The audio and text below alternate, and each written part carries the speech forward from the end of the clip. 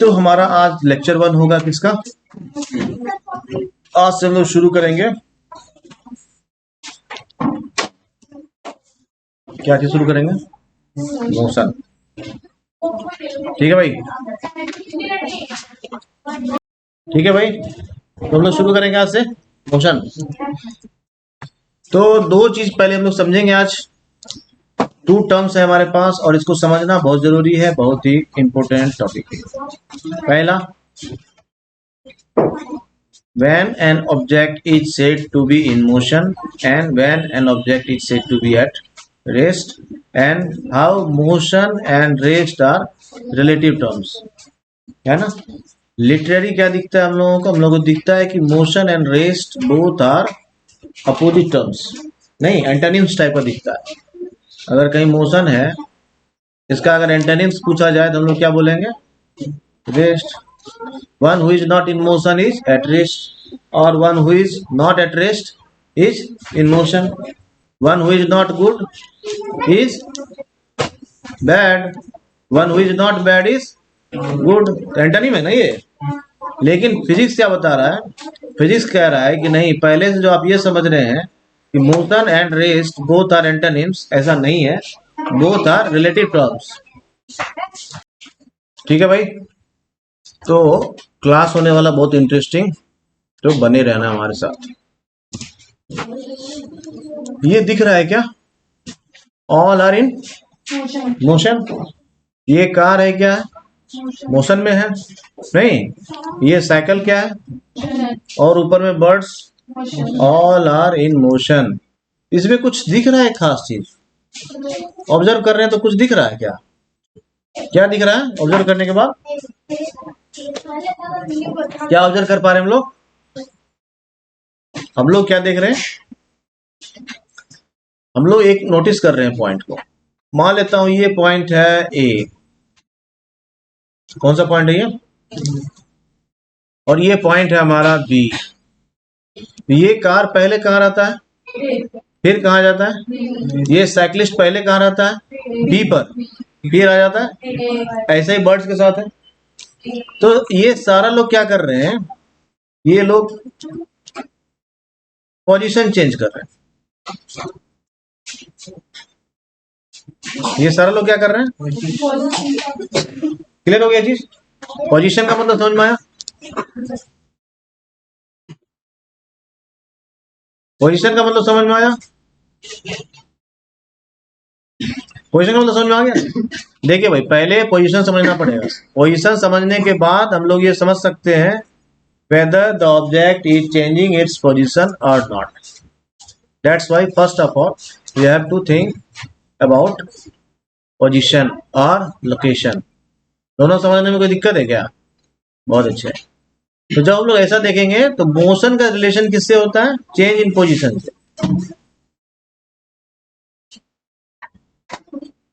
Motion का relation किससे है, चेंज इन पोजीशन। समझ गए। When an object is said to be in motion, when the object is changing its position. समझ में आता ही।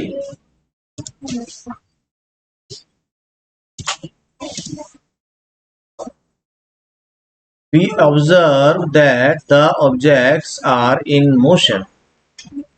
Why? Because they are continuously changing its position. Because they are continuously changing its position.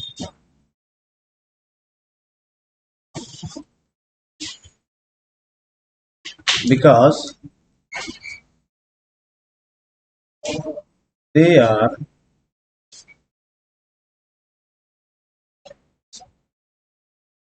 continuously changing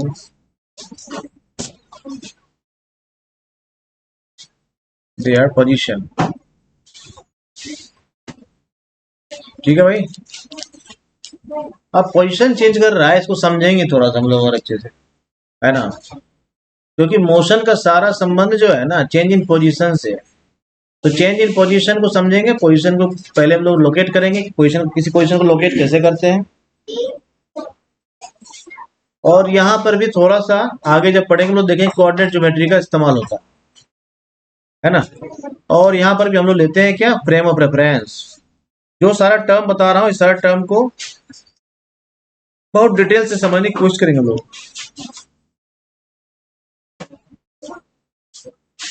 frame of reference या इसी को हम लोग origin भी बोलते हैं, क्योंकि इसको हम लोग एक्सप्लेन कर सकते हैं in terms of coordinate system. ठीक है, reference frame, frame of reference या ओरिजिन, है ना, इन सब के टर्म में हम लोग पोजीशन का चेंज जो है इसको एक्सप्लेन करते हैं। और जो ड्यूरेशन होता है, during an object is changing its position, the object is said to be in motion at that particular duration. ठीक है भाई,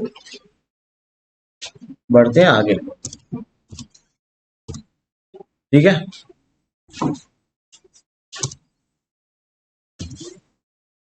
तो इस चैप्टर में एक्चुअली हम लोग क्या देखने वाले हैं, इस चैप्टर में हम लोग पूरा का पूरा यही सीखने वाले हैं, when an object is said to be in motion.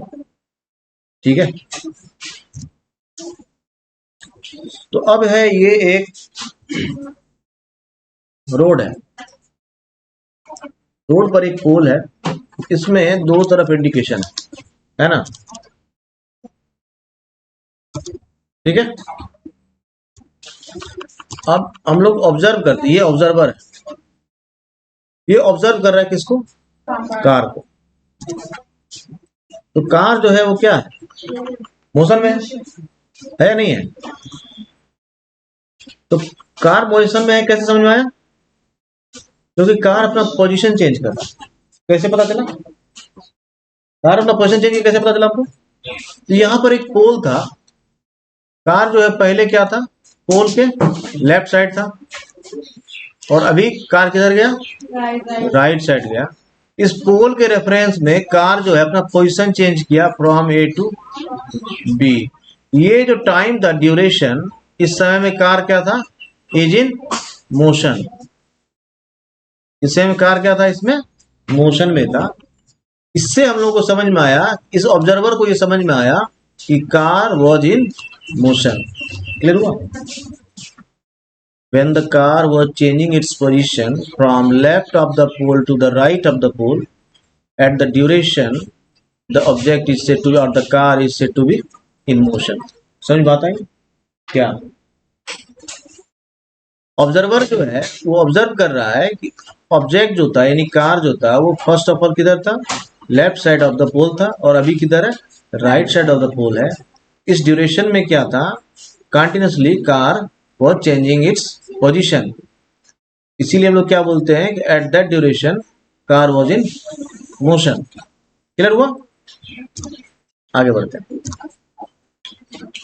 इसको लिख लीजिए। A body is said to be in motion when it changes its position with respect to its surrounding. देखिए भाई, कुछ एक बुक जो है, अच्छा इसको लिख लेना है पहले, फिर हम लोग इसको डिस्कस करें। ठीक है, when it changes its position with respect to its surrounding, its surrounding के जगह पे हम लोग टू फ्रेम ऑफ रेफरेंस भी लिख सकते, to any frame of reference. यहां पर हमारा सराउंडिंग जो है यही फ्रेम ऑफ रेफरेंस की तरह बिहेव कर रहा है। ठीक है, लिखिए इसमें, लिख लिए। देखिए भाई, कुछ एक बुक्स में यहाँ पर मिलेगा, कुछ एक बुक्स मतलब बुक का मैं नाम भी ले लूं क्या, कुछ एक बुक्स में जो है बहुत सारा बकवास चीज भी लिखा हुआ मिलेगा तुमको। उसमें से एक बुक है जो बहुत बकवास है, वो है एस चांद पब्लिकेशन का, है ना। और वो बुक जो है वो लिख रहा है क्या यहाँ पे, with respect to its surrounding, या with respect to origin and with respect to time, है ना। जब ऐसा बुक पढ़ोगे लिखा रहे क्या, with respect to time, with respect to time.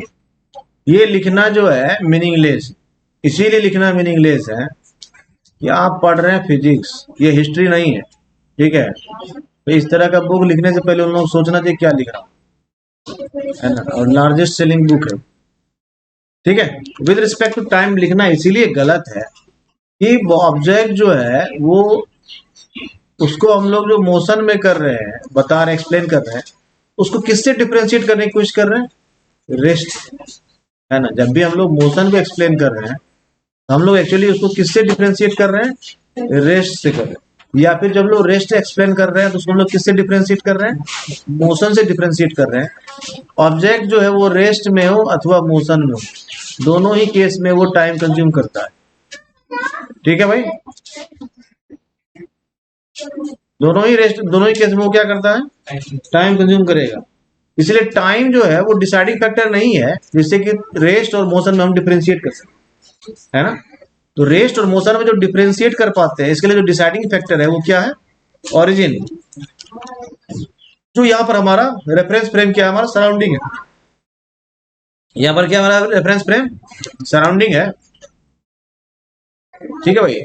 तो इसके फ्रेम ऑफ रेफरेंस में एक डिसाइडिंग फैक्टर हमारा टाइम नहीं है, हमारा डिसाइडिंग फैक्टर क्या है, रेफरेंस फ्रेम,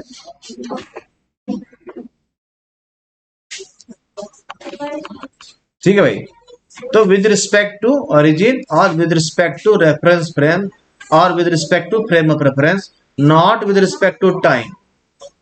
क्यों, object whether the object is at rest और in motion, both the case time will be consumed.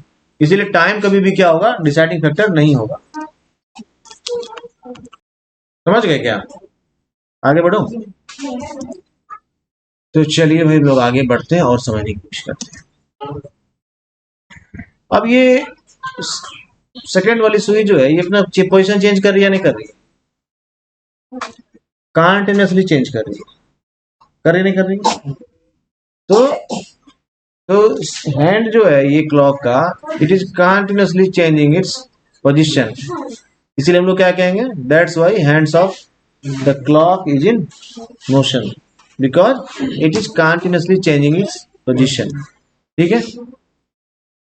ये दिख रहा है क्या है, वाटर इज फ्लोइंग, ठीक है। ये वाटर क्या है, कंटिन्यूअसली चेंजिंग इट्स पोजीशन। नहीं, यहाँ हायर एल्टीट्यूड पे था, अभी लोअर एल्टीट्यूड पर है, ये पोजीशन चेंज हुआ, यहाँ से यहाँ नहीं हुआ। इसका मतलब the water is in motion. अब एक पॉन्ड है उसमें वाटर है, स्टिल वाटर, ये मोशन में है क्या, नहीं, because the water is not changing its position, that's why the water is not in motion. इस केस में क्या है, ये इस केस में क्या है, water is continuously changing its position, that's why we can say water is in motion. Clear हो गया, समझ में बात आई। तो रिवर वाटर क्या होता है, मोशन में होता है। पॉन्ड वाटर क्या होता है, स्टिल वाटर होता है, ठीक है। अब ये क्या है, हमारी प्यारी धरती है, ये क्या, कंटिन्यूअसली चेंजिंग इट्स पोजीशन। इसका मतलब ये क्या है, इज इन मोशन, नहीं। तो रिवोल्यूशन के केस में क्या हो रहा है, the position of earth with respect to the sun changes continuously. हमेशा फ्रेम ऑफ रेफरेंस लेना जरूरी है। अब ये जो पोजीशन चेंज कर रहा है, किसके रिस्पेक्ट में पोजीशन चेंज कर रहा है, सन के रिस्पेक्ट में। तो कोई ना कोई फ्रेम ऑफ रेफरेंस होना चाहिए। यहाँ वाटर अपना पोजीशन चेंज कर रहा है, किसके रिस्पेक्ट में, सराउंडिंग माउंटेन के रिस्पेक्ट में। ये फ्रेम ऑफ रेफरेंस जानना इसीलिए जरूरी है। कोई भी ऑब्जेक्ट जो पोजीशन चेंज कर रहा है वो किसी न किसी फ्रेम ऑफ रेफरेंस से के रिस्पेक्ट में पोजीशन चेंज कर रहा है, वो फ्रेम ऑफ रेफरेंस का होना बहुत मैंडेटरी है। समझ के बात को। और फ्रेम ऑफ रेफरेंस का खेल आगे दिखाऊंगा, जब तुम इसको अच्छे से समझ जाओगे तो तुमको लगेगा, पता चलेगा कि there is no absolute rest is possible in the universe and each and every object can be proved in motion. Similarly, it can be proved in at rest also at the same time, only by changing its frame of reference. इसको हम लोग समझेंगे आगे, ठीक है भाई। तो यहाँ पर ये दिख रहा है कि हैंड्स ऑफ क्लॉक जो है इज इन मोशन, यहाँ क्या है, flowing water is in motion और revolving earth is in motion. ये समझ में आ गया, ठीक है। अब मोशन हम लोग समझ गए। अब हम लोग समझेगा, अगर मोशन का मतलब ये है तो फिर रेस्ट का क्या मतलब है। किस ऑब्जेक्ट को हम लोग रेस्ट में बोले, ठीक है। तो अब एक ऑब्जर्वर है और एक कार है, पिछले केस में हो जाते हैं, ठीक है। अब ये कार का पोजीशन चेंज नहीं हो रहा, ये अभी भी इसी पोजीशन पर था। ये पोल को अगर हम लोग फ्रेम ऑफ रेफरेंस लेते हैं, इसके लेफ्ट साइड में कार अभी भी था, 2 मिनट बाद भी है, 5 मिनट बाद भी है। इसका मतलब है कि उस ड्यूरेशन में ये कार क्या था, रेस्ट में था। वो कार क्या था, तो रेस्ट का मतलब क्या हो गया, when an object is not changing its position with respect to its surrounding, clear हो गया। और मोशन क्या हो गया, when an object is changing its position with respect to its surrounding। तो सारा खेल किसका है, फ्रेम ऑफ रेफरेंस का, सराउंडिंग का। जो रेफरेंस फ्रेम लिए हैं उसके रिस्पेक्ट में ही मोशन हो रहा है और उसके रिस्पेक्ट में ही रेस्ट हो रहा है। अगर चेंज इन पोजीशन है, चेंज इन पोजीशन है तो रेस्ट में नहीं, मोशन में है। और नॉट चेंज इन पोजीशन है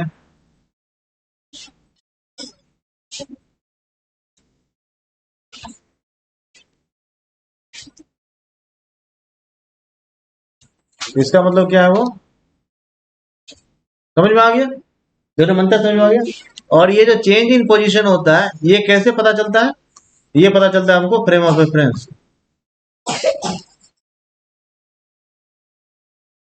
ठीक है। यह हमारा फ्रेम ऑफ रेफरेंस क्या है, ये पोल है ना। कुछ भी हो सकता है, ये सिग्नल वाला टावर जो ये हो सकता है, कुछ भी हो सकता है आउटसाइड का, ये फील्ड हो सकता है, कुछ भी हो सकता है ऐसा, ठीक है। तो ऑब्जर्वर जो है वो किसी न किसी चीज को फ्रेम ऑफ रेफरेंस कंसीडर करता है और उसके रिस्पेक्ट में देखता है फिर कि क्या पोजीशन चेंज हो रहा है। अगर पोजीशन चेंज हो रहा है it means object is in motion, if position is not changing it means object is at rest. समझ में आ गया अच्छे से, समझ में आया। तो इसको लिख लीजिए फटाफट, when an object is said to be at rest, लिखिए फटाफट। चलिए आगे देखिए भाई, अब हम लोग समझेंगे मोशन इज रिलेटिव।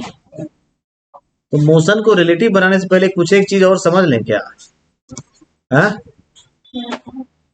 थोड़ा सा हम लोग फिजिकल क्वांटिटीज को ब्रीफली देख लेते हैं, उसके बाद हम लोग आगे बढ़ते हैं। अभी मोशन और रेस्ट समझ में आ गया, थोड़ा सा फिजिकल क्वांटिटीज देख लेते हैं।